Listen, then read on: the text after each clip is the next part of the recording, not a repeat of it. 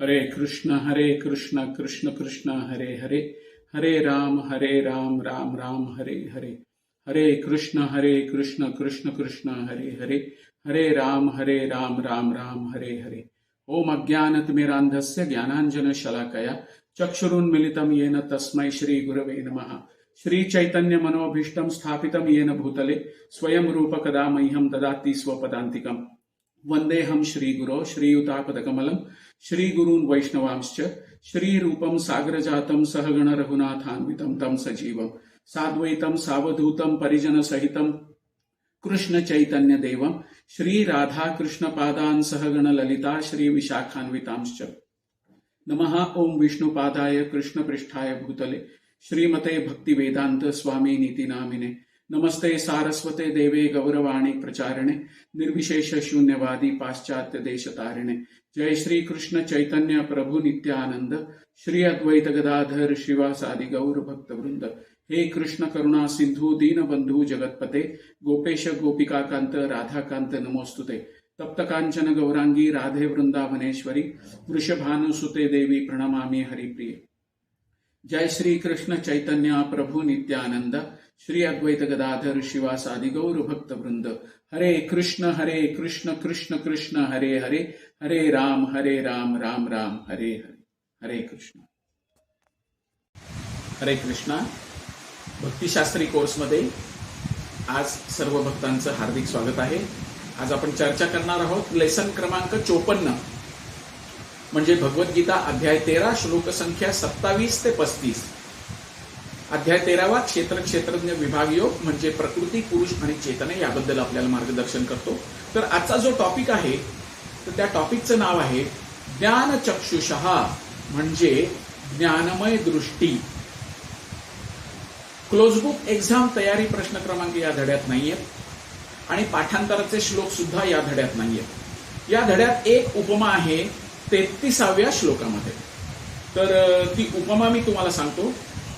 वायू हा पाणी चिखल विष्ठा इत्यादी सर्व पदार्थांमध्ये प्रवेश करतो परंतु तो कशातही लिप्त होत नाही।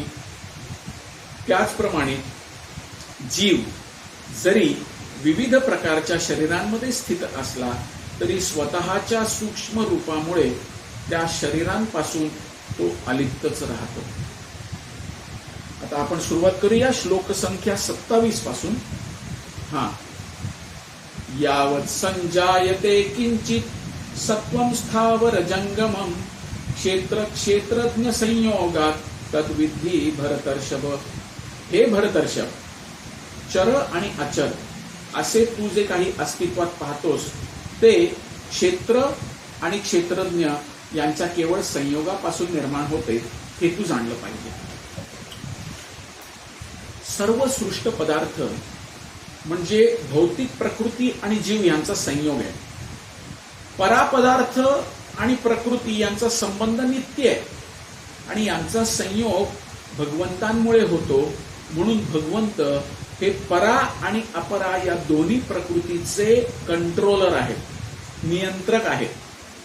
सृष्टीमध्ये वृक्ष पर्वत अशा अचर वस्तू आहेत आणि इतर सर्व वस्तू ज्या आहेत त्या चर आहेत म्हणजे त्या चालू शकतात। या सर्व भौतिक प्रकृती आणि पराप्रकृती म्हणजे जीव यांच्या संयोगाने निर्माण।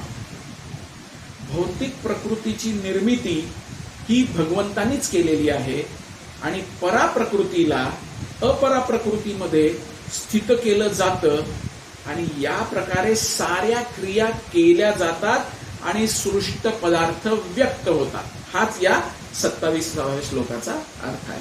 आपण पाहूया 28वा श्लोक। समं सर्वेषु भूतेषु तिष्ठन्तं परमेश्वरं विनश्यस्त्व विनश्यन्तं यः पश्यति स पश्यति। जो मनुष्य सर्व देहांमध्ये जीवात्म्याला साथ देणाऱ्या परमात्म्याला पाहतो आणि जो जाणतो की नश्वर देहामधील आत्म्याचा आणि परमात्म्याचा कधीही विनाश होत नाही तो यथार्थ रूपाने पाहतो। पाहूया आपण या श्लोकामध्ये भगवंत काय संदेश देत आहेत। श्रील प्रभुपाद आपल्याला तात्पर्यात काय उद्बोधन करतायत। तर या ठिकाणी आपण पाहू की जोपर्यंत मनुष्याला आध्यात्मिक विषयांचं ज्ञान असलेल्या यथार्थ ज्ञानी व्यक्तीचा सत्संग प्राप्त होत नाही, तोपर्यंत या गोष्टींना तो पाहू शकत नाही. ज्यांना असा सत्संग लाभलेला नाही ते अज्ञानी आहे. असे अज्ञानी लोक केवळ शरीरच पाहू शकतात, त्याला देहात्मबुद्धी म्हणतात, आणि त्यांना वाटतं की शरीराच्या नाशाबरोबर सर्व गोष्टींचा विनाश होतो. पण ही काय वस्तुस्थिती नाहीये. शरीराच्या नाशानंतर जीव आणि परमात्मा विविध प्रकारच्या चर आणि अचर पदार्थांमध्ये नित्य भ्रमण करतच असतात. परमेश्वर हा संस्कृत शब्दाचा अनुवाद काही वेळा जीवात्मा असा केला जातो, कारण जीव हा देहाचा ईश्वर असतो आणि शरीराच्या विनाशानंतर तो दुसरं शरीर धारण करतो. या अर्थाने सुद्धा तो एक सूक्ष्मरित्या ईश्वरच आहे, मायन्यूट ईश्वर. परंतु इतर काही जण परमेश्वर शब्दाचा अनुवाद परमात्मा असं करतात आणि दोन्ही दृष्टीने जीवात्मा आणि परमात्मा हे अस्तित्वात असतात, ते नश्वर नाही आहेत. जो या प्रकारे पाहतो तो वास्तविकरित्या काय घडतंय हे पाहू शकतो. हा आहे या श्लोकाचा सारांश. पुढचा श्लोक घेऊया आपण. समं पश्यन् हि सर्वत्र समवस्थितमीश्वरम् नहि हिनस्त्यात्मानमात्मानं ततो याति परां गतिम्. जो मनुष्य सर्व जीवांमध्ये परमात्म्याला समान रूपाने उपस्थित असल्याचं पाहतो, तो मनामध्ये स्वतःची अधोगती होऊ देत नाही. याप्रमाणे तो परमगतीला प्राप्त होतो.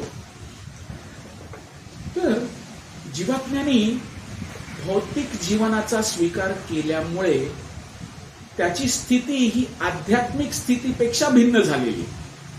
परंतु जर मनुष्याने जाणलं की परमेश्वर हा परमात्मा रूपाने सर्वत्र उपस्थित आहे, अर्थात भगवंताची उपस्थिती सर्व सजीवांमध्ये जर तो पाहू शकला, तर विनाशकारी प्रवृत्तीमुळे तो स्वतःचं अधःपतन होऊ देत नाही आणि हळूहळू त्याची आध्यात्मिक जगतात उन्नती होते.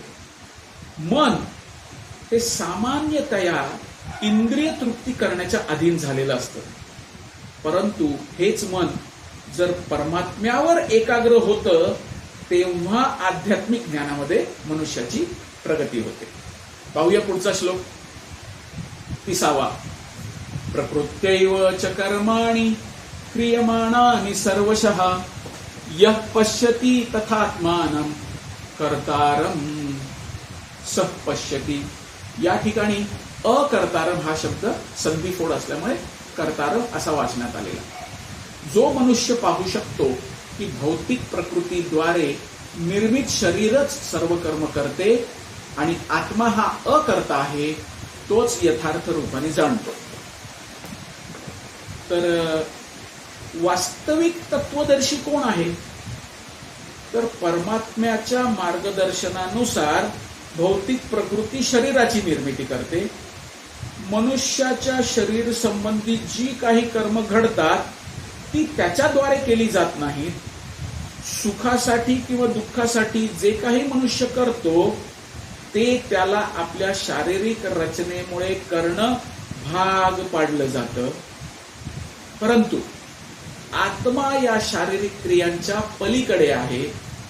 गत काळातील इच्छेनुसार मनुष्याला वर्तमान देह प्राप्त झालेला आहे. इच्छापूर्ती करण्यासाठी त्याला देह देण्यात आलेला आहे आणि देहाद्वारे तो इच्छेनुसार कर्म करतो. वस्तुतः शरीर म्हणजे भगवंतानी जीवाची इच्छापूर्ती करण्यासाठी दिलेलं यंत्र आहे. इच्छांमुळेच मनुष्य कठीण परिस्थितीत सापडतो, सुख आणि दुःख भोगतो. जेव्हा जीवाच्या ठायी ही दिव्य दृष्टी विकसित होते तेव्हा या दिव्य दृष्टीमुळे तो शारीरिक क्रियांपासून अलग होतो. ज्याला अशी दिव्य दृष्टी प्राप्त झाली आहे तोच वास्तविकरित्या तत्वदर्शी आहे असे भगवंत या ठिकाणी सांगतायत. श्लोक संख्या 31. पृथक भावातून मुक्तता. यदा भूत पृथक भावम एकस्थम अनुपश्यति ततः एव च विस्तारम ब्रह्म संपद्यते तदा. जेव्हा विवेकी मनुष्य निरनिराळ्या भौतिक शरीरांमुळे होणारे पृथक स्वरूप पाहण्याचे थांबवतो आणि जीवांचा सर्वत्र कसा विस्तार झाला आहे हे पाहतो, तेव्हा त्याला ब्रह्माची प्राप्ती होते. या ठिकाणी पाहूया आपण की कशा पद्धतीने पृथक भाव,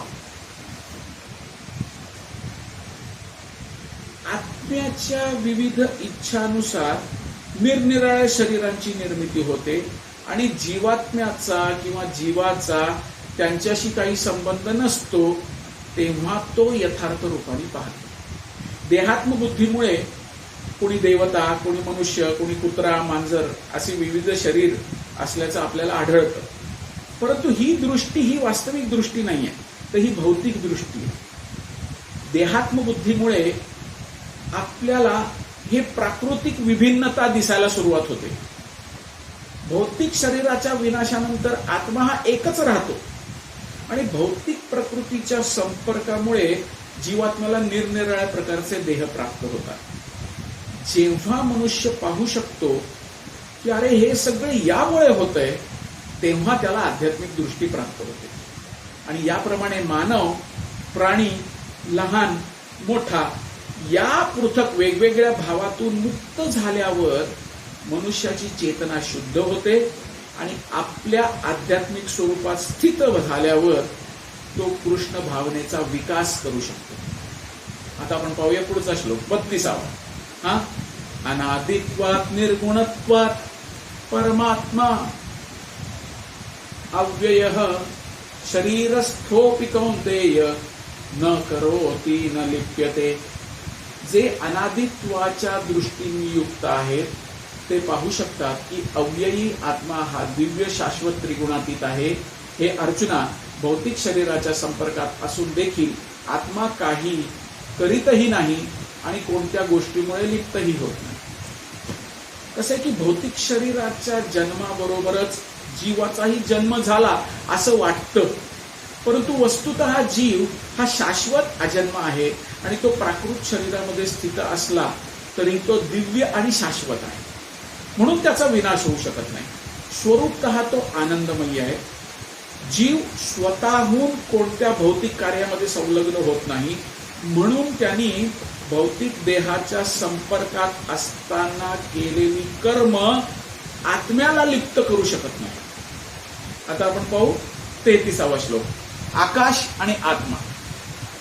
तर 33व्या श्लोकात सांगितलंय, यथा सर्वगतम सौक्ष्म्यात आकाशम नोपलिप्यते सर्वत्रावस्थितो देहे तथात्मा नोपलिप्यते. म्हणजे आकाश सर्वव्यापी असूनही ते आपल्या सूक्ष्मतेमुळे कोणत्याही वस्तूमुळे लिप्त होत नाही. त्याचप्रमाणे ब्रह्मदृष्टीमध्ये स्थित झालेला आत्मा हा शरीराशी कधीही लिप्त होत नाही. आकाश काय आहे तर पाणी, चिखल, विष्ठा इत्यादी सर्व पदार्थांमध्ये आकाश प्रवेश करतं, परंतु प्रवेश करून सुद्धा ते कशातही लिप्त होत नाही. त्याचप्रमाणे जीव विविध शरीरात जरी जात असला तरी स्वतःच्या सूक्ष्म शरीरामुळे तो शरीरापासून अलिप्तच राहतो. म्हणून प्राकृत डोळ्यांनी जीव शरीराच्या संपर्कात कसा आहे आणि शरीराच्या विनाशानंतर तो बाहेर कसा जातो हे पाहणे अशक्य आहे आणि कोणत्याही वैज्ञानिकाला हे सिद्ध करता येत नाही. पाहूया 34वा श्लोक. तर त्याच्यात सांगितलंय, यथा प्रकाशयत्येकः कृष्णं लोकम इमं रविः क्षेत्रं क्षेत्री तथा कृष्णं प्रकाशयति भारत. हे भारतात ज्याप्रमाणे एकमेव सूर्य संपूर्ण विश्वाला प्रकाशित करतो, त्याचप्रमाणे शरीरात असणारा एकमेव जीव चेतनेद्वारे संपूर्ण शरीराला प्रकाशित करतो. या ठिकाणी अतिशय छान सूर्य आणि सूर्यप्रकाशाचं उदाहरण देण्यात आलेलं आहे. ज्याप्रमाणे सूर्य हा एकाच ठिकाणी स्थित असतो आणि संपूर्ण विश्वाला प्रकाशित करतो, त्याप्रमाणे अनुरूप सूक्ष्म जीव शरीरात हृदयाच्या ठिकाणी स्थित असला तरी चेतना मात्र संपूर्ण शरीरात विकसित करतो, प्रसारित करतो. ज्याप्रमाणे सूर्यप्रकाश हे सूर्याच्या अस्तित्वाचं प्रमाण आहे, त्याप्रमाणे चेतना हे आत्म्याचं प्रमाण आहे. जेव्हा आत्मा शरीरामध्ये उपस्थित राहतो तेव्हा संपूर्ण शरीरभर तो चेतना पसरवतो आणि ज्या क्षणी तो आत्मा शरीराचा त्याग करतो त्या क्षणी चेतना सुद्धा नष्ट होते. बुद्धिमान मनुष्य हे लगेच जाणतो. चेतना ही पदार्थाच्या संयोगीकरणामुळे जन्म होत नाही, तर चेतना हे जीवात्म्याचं लक्षण आहे. जीवाची चेतना जरी गुणात्मक दृष्ट्या परमचेतनेशी एकरूप असली तरीही ती श्रेष्ठ नाहीये. कारण एका विशिष्ट शरीरातली चेतना ही दुसरं शरीर व्याप्त करू शकत नाही, परंतु जीवाचा मित्र असणारा परमात्मा सर्व शरीरांमध्ये उपस्थित असतो आणि त्याला सर्व शरीरांची जाणीव असल्यामुळे परमचेतना आणि जीवचेतना हा मुख्य भेद या ठिकाणी सांगण्यात आलेला. पाहूया श्लोक संख्या 35, पुढचा श्लोक. क्षेत्र क्षेत्रज्ञयोरेवम् अंतरम ज्ञान चक्षुषः भूत प्रकृती मोक्षम च ये विदुर्यांति ते परम. म्हणजे जे ज्ञान चक्षुनी क्षेत्र आणि क्षेत्रज्ञ यातला भेद जाणतात आणि भौतिक प्रकृतीपासून मुक्त होण्याचा मार्गही जाणू शकतात, त्यांना परमलक्ष्याची प्राप्ती होते.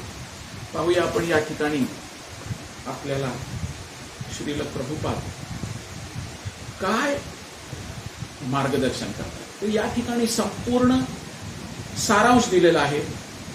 तो कसं की मनुष्याने क्षेत्र आणि क्षेत्रज्ञ आणि परमात्मा यातला भेद जाणला पाहिजे. 8व्या श्लोकापासून 12व्या श्लोकापर्यंत वर्णन केलेला मोक्षमार्ग त्यांनी जाणला तर त्याला परमलक्ष्याची प्राप्ती होते. हे कार्य चालतं कसं?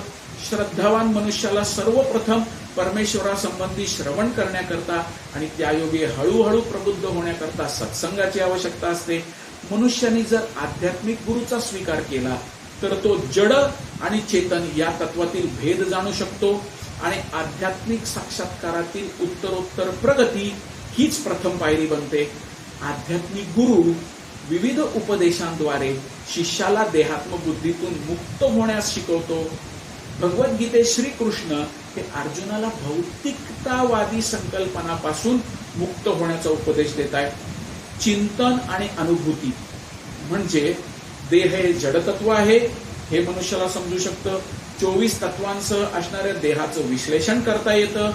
शरीर हे स्थूल अभिव्यक्ती आहे, मन आणि मानसिक विकार हे सूक्ष्म अभिव्यक्ती आहेत आणि जीवनाची लक्षणं या अभिव्यक्तीचा संयोग आहे. या सर्वांच्या पलीकडे आत्मा असतो आणि त्याहूनही श्रेष्ठ परमात्मा असतो. आत्मा आणि परमात्मा हे भिन्न भिन्न असतात. भौतिक जगताचं संचलन जीव आणि 24 तत्व यांच्या संयोगामुळे होतं हे तो पाहू शकतो. त्याचबरोबर परमात्म्याची स्थिती पाहू शकतो. तो आध्यात्मिक जगतात प्रवेश करण्यासाठी पात्र होऊ शकतो.